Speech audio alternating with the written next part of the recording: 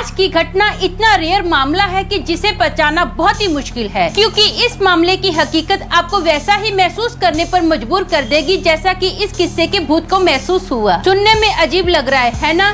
सोचिए उन सब पर क्या बीती होगी जिन्होंने इसे खुद देखा है। किसी भी भूत से सामना करना आसान नहीं होता है, लेकिन मैं शर्त लगाती हूँ ये वो कहानी नहीं है जिसे आप भूल पाएंगे। अगर मन में सवाल उठता है कि ऐसा क्यों, तो इस अद्भुत घटना को सुनकर खुद ही पता लगा लीजिए कि ऐसा क्यों है। हेलो दोस्तों, मेरा नाम अमन है। मैं आप सभी के मनपसंद यूट्यूब चैनल कहानी रंगमंच में आपका स्वागत करती हूँ। उम्मीद करती हूँ कि आप सभी अच्छे और स्वस्थ होंगे। इसी तरह की वीडियो देखने के लिए हमेशा मेरे साथ बने रहिए। तो चलिए शुरू करते हैं आज का भयानक किस्सा। दोस्तों, आज का जो किस्सा है ये मुंबई लोखंडवाला का किस्सा है। सीमा नाम की एक लड़की जो कि पहले पूना में रहती थी, अब मुंबई में शिफ्ट हुई है बिजनेस के चक्कर में। ये यहाँ पर ना लोखंडवाला में 2 BHK का बड़ा सा फ्लैट लेती है।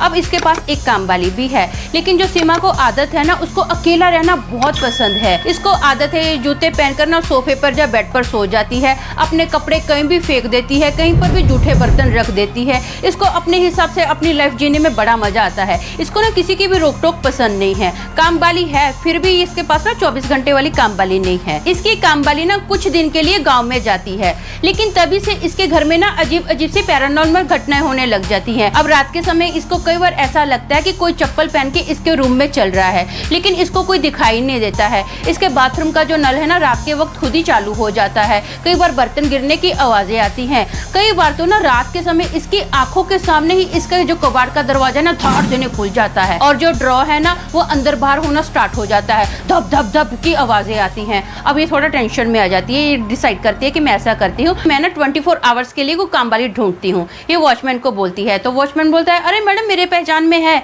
एक ना मेरी आंटी है, हर बार डेली इधर आती है और मुझे बोलती है कि मुझे को काम चाहिए, मुझे काम चाहिए, मैं उसको भेजूँ? तो बोलती है तू उसे जानता है? बोलता है नहीं मैं जानता तो नहीं हूँ, लेकिन वो अपनी बिल्डिंग में डेली आती है और मेरे से ना काम मांगती है, मैं उसको भेज दूंगा अगर वो आई। तो ये बोलती है ठीक है। अब ये ना अपने घर पर आ जाती है। 1 ही घंटे के बाद ना इंटरकॉम से इसको कॉल आता है और वॉचमैन बोलता है कि मैं ना मेरी आंटी को आपके घर पर भेज रहा हूँ, आप काम की बात कर लेना। तो ये बोलती है ठीक है। अब ये जैसे ही दरवाजा खोलती है ना, तो मेरी आंटी को देखकर एकदम चौंक जाती है, क्योंकि मेरी आंटी की उम्र 60 या 65 ईयर के पास होगी, और मेरी आंटी ना देखने में एकदम कमजोर होती है। शक्ल से मेरी आंटी बीमार लगती है। तो ये मेरी आंटी को देख के बोलती है, आंटी आपके बस की बात नहीं है, आप जाइए। तो मेरी आंटी बोलती है नहीं बेटा, मेरे को काम की जरूरत है, मैं बहुत अच्छे से काम करूंगी, तुझे ना कोई भी शिकायत का मौका नहीं दूंगी। तो ये बोलती है आंटी मेरा घर बहुत बड़ा है, आप कैसे काम करोगे? तो आंटी बोलती है प्लीज मैडम मुझे एक बार चांस दीजिए, मैं आपको कोई शिकायत का मौका नहीं दूंगी, मैंने 2 दिन से खाना भी नहीं खाया है। आंटी ना इसके आगे हाथ जोड़कर अभी रोने जैसे स्टार्ट हो जाती है। तो ये बोलती है ठीक है आंटी आप रोइए मत, अब मैं आपको ना पहले कुछ दिन के लिए देखूंगी कि आप काम कैसे कर रहे हो, मैं फिर ये डिसाइड करूंगी कि आपको 24 घंटे के लिए रखना है कि नहीं रखना है। तो आंटी बोलती है ठीक है। अब ना आंटी काम स्टार्ट करती है। आंटी तो धन धन धन करके पूरा अच्छे से काम कर देती है, इतना नीट क्लीन काम करती है ना, ये तो काम देखकर हैरान हो जाती है कि अच्छा आंटी ने इतना अच्छा काम कर दिया, देखने में तो लग नहीं रहा था, आंटी तो बड़े बीमार लग रहे थे। अब ना ये फोन पर ऑर्डर करती है खाना के लिए। इतने में ना इसकी कुकर की सीटी बजती है, इसको बड़ी अच्छी खुशबू आती है। ये बोलती है अपने घर में खाना बन रहा है? तो आंटी बोली हाँ बेटा, मैंने तेरा फेवरेट ना बिरयानी बनाया है। तो ये बोलती है आपको कैसे पता कि मुझे नॉनवेज पसंद है? तो आंटी बोलती है मुझे ना डस्टबिन में चिकन की हड्डियां दिखी, और वहाँ पर जो तूने पिज्जा मंगाया था उसमें थोड़े थोड़े चिकन के पीसेस थे, तो मैं समझ गई कि तुझे नॉनवेज बहुत पसंद है। तो ये बोलती है आंटी खुशबू तो बड़ी अच्छी आ रही है। ये अपने मैनेजर को कॉल करती है जिसका नाम होता है संजय। ये संजय को बोलती है कि मैं ना 2 दिन के लिए घर पर ही रुकूंगी, मैंने एक नई मेड रखी है, तो इसके लिए ना मुझे घर पर ही रुकना पड़ेगा, तो ऐसा कर जो भी फाइल्स वगैरह है ना घर पर लेकर आ जा, और दोपहर का खाना इधर ही खा लेना। एक्चुअली ना आंटी की जो एज है वो 60 या 65 के करीब है, तो मुझे आंटी का थोड़ा काम देखना पड़ेगा, तो इसलिए मैंने डिसाइड किया। ये संजय को बोलती है कि मैं 2 दिन घर पर ही ऑफिस का काम देख लूंगी। अब संजय आता है। संजय जैसे ही आता है ना, वो बोलता है मैडम आपके घर से खुशबू आ रही थी। मैं जैसे ही बिल्डिंग के एंट्री गेट में दाखिल हुआ ना, इतनी अच्छी खुशबू आ रही थी खाने की, मैं सोच ही रहा था कि किसके घर से खुशबू आ रही है, लेकिन जब मैं आपके घर पर आया ना, तो मुझे पता चला कि ये खुशबू आपके घर से आ रही है, बहुत अच्छी खुशबू आ रही है। अब ये खाना खाने के लिए बैठते हैं। खाना इतना टेस्टी होता है ना कि दोनों पेट भर के खाना खाते हैं और आंटी की खूब सारी तारीफ करते हैं। ये बोलते हैं वाह आंटी क्या कमाल का खाना बनाया है। तो आंटी बोलती है मैं ना हर तरह का खाना बनाना जानती हूँ। तो सीमा बोलती है कि क्या आपको स्पेनिश खाना बनाना आता है? मुझे ना स्पेनिश खाना बहुत पसंद है। तो आंटी बोलती है हाँ मेरे को आता है बनाना।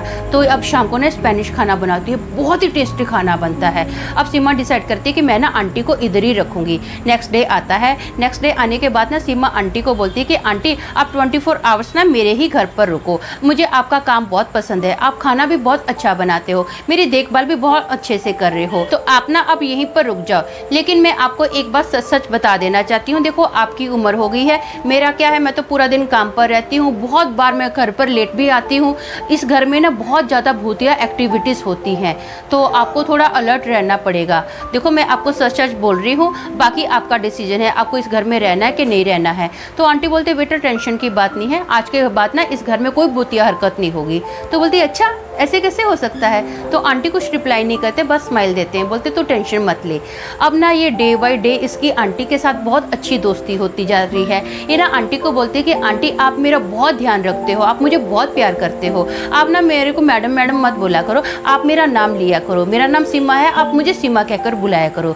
तो आंटी बोलते हैं ठीक है। अब आंटी इसका इतना ध्यान रखते हैं ना, एक बच्चे की तरह आंटी इसको दिन रात बहुत ध्यान देते हैं, इसका खाना पीना कपड़े का हर चीज़ का बहुत ध्यान देते हैं। एक दिन बात में ना ये आंटी को पूछती कि आंटी आप इस उम्र में काम क्यों कर रहे हो? तो आंटी इसको बताते कि मेरे बेटे ने ना बिजनेस शुरू करने के लिए किसी से 1 लाख उधार लिया था, लेकिन उसकी एक्सीडेंट में मौत हो गई। अब मुझे ना वो 1 लाख रुपया चुकाना है, इसीलिए मैं लोगों के घर में काम करती हूँ। तो ये बोलती है अच्छा आंटी ऐसा कीजिए, 1 लाख चुकाना है ना, मैं आपको 23,000 रुपया देने वाली थी महीने का, अब मैं आपको 23,000 नहीं दूंगी, मैं ना आपको 25,000 दूंगी। 4 महीने की बात है, आप 4 महीने में 1 लाख आराम से कमा सकते हो और उसका पैसा दे देना।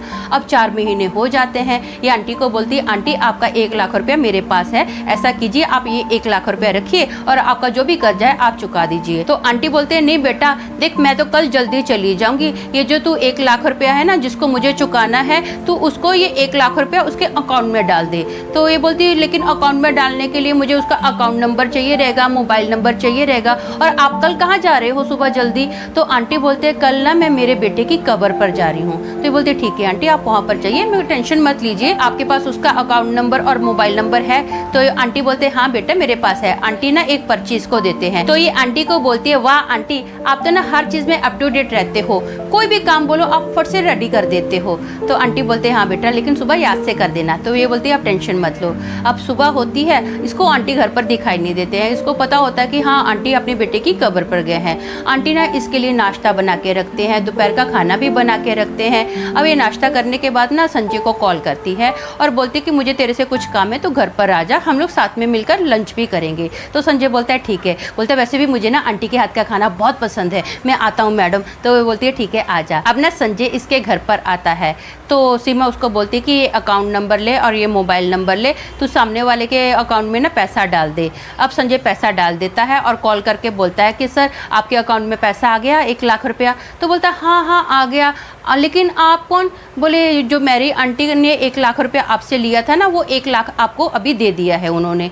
तो बोलता उन्होंने दे दिया है? बोले हाँ मेरी आंटी ने दे दिया।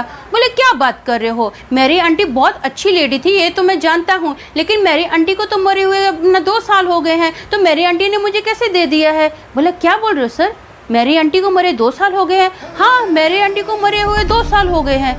तो ये दोनों एकदम चौंक जाते हैं। ये बोलते कि हम लोग मैरी डिसूजा की बात कर रहे हैं। तो बोलता हाँ मैं मैरी डिसूजा की बात कर रहा हूँ, उसके बेटे ने मेरे से 1 लाख रुपया लिया था। बोले हाँ उनके बेटे ने आपसे 1 लाख रुपया लिया था, वही 1 लाख रुपया मेरी आंटी ने आपको देने के लिए बोला है। तो बोला नहीं मेरी आंटी को मरे हुए 2 साल हो गए हैं, उनका तो आगे पीछे कोई है भी नहीं है, तो आप कौन हो? तो ये लोग बोलते हैं कि सर ऐसा कीजिए आप ना अपना एड्रेस दीजिए, हम लोग आपके घर पर आते हैं। अब ये दोनों ना उनके घर पर जाते हैं, तो वो बंदा बताता है कि मेरी आंटी ना मेरे घर के सामने ही रहते थे, इनका कोई आगे पीछे तो है नहीं था, इनके बेटे की डेथ होगी, बहुत ही अच्छी लेडी थी, लेकिन 2 दिन ना बेचारी ने कुछ खाया पिया नहीं। अब इसकी उम्र हो गई थी, तो ये कुछ ना खाने पीने की वजह से ना इसकी डेथ हो गई। तो हम सब बस्ती वालों ने मिलकर ना इनकी अंतिम विधियां की, बहुत अच्छी लेडी थी बेचारी। तो सीमा बोलती है अच्छा सर आपके पास इनकी कोई फोटो वगैरह है?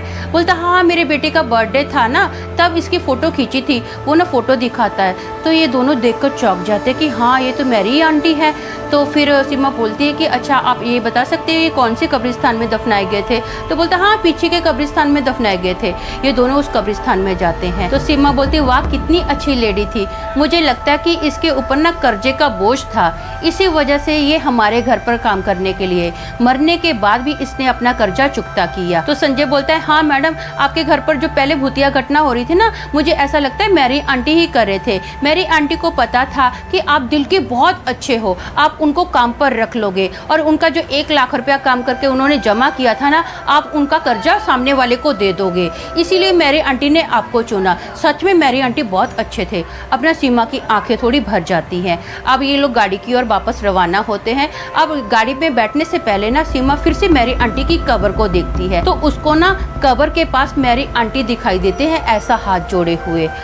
सिर्फ 2 सेकंड के लिए उसको मेरी आंटी दिखाई देते हैं, बाद में फिर से उसकी आंखों के सामने से ओझल हो जाते हैं। सीमा अपने घर पर आती है लेकिन सीमा के घर में ना कभी भी फिर से भूतिया घटना नहीं हुई है। सीमा आज भी मेरी आंटी को बहुत मिस करती है। दोस्तों मेरा मानना ये है कि सम्मानित लोगों का सम्मान उनके पैसे या रुपए से नहीं होता है, उनका सम्मान उनके अच्छे चरित्र के कारण होता है। ईमानदारी बहुत ही अच्छी नीति है लेकिन ये बहुत कष्ट उठाती है क्योंकि ये शायद ही इस संसारिक इच्छाओं के मेल से मेल खाती है। तो आज के लिए बस इतना ही, कल फिर मिलूंगी और एक भयानक किस्से के साथ। तब तक के लिए शालोम, शांति और सलाम।